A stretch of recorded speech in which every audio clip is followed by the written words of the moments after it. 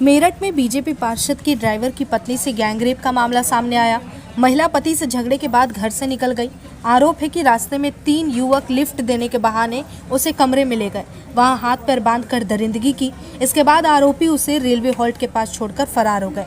जाते समय आरोपियों ने धमकी दी कि अगर किसी से कुछ भी बताया तो जान से मार देंगे। उन्होंने कहा, तुम जानती नहीं हम कौन हैं। महिला रोते हुए घर पहुंची और पति को पूरी बात बताई। पति ने पार्षद को इसकी जानकारी दी। इसके बाद पार्षद कार्यकर्ताओं के साथ थाने पहुंचे। ब्रह्मापुरी के एरा गार्डन निवासी युवक बीजेपी पार्षद की गाड़ी चलाता है। वहीं उसकी पत्नी से झगड़ा हो गया। बात इतनी बढ़ गई कि पत्नी घर छोड़कर बाहर निकल गई।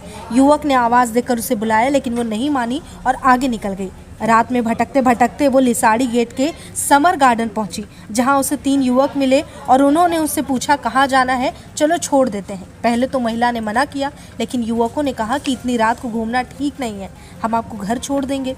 इसके बाद महिला उनकी बाइक पर बैठ गई, मगर वो उसे अपने कमरे पर ले गए।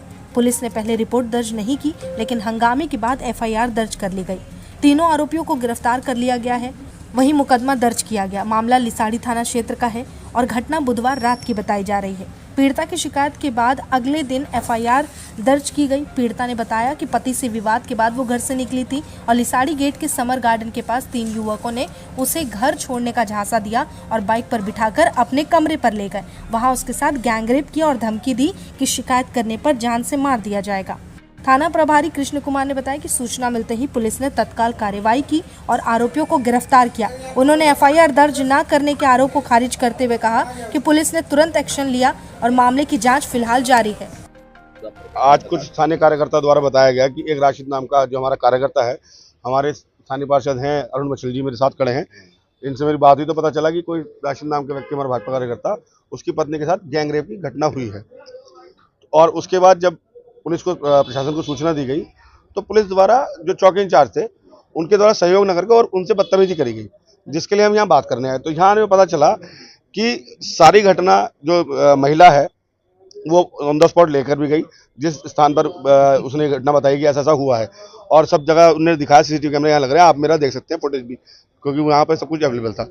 परंतु पीड़ित के साथ ऐसा सब बताया जा रहा है कि और ज़्यादा बदतमीजी करी गई कि तुम झूठ बोल रहे हो इस तरीके से।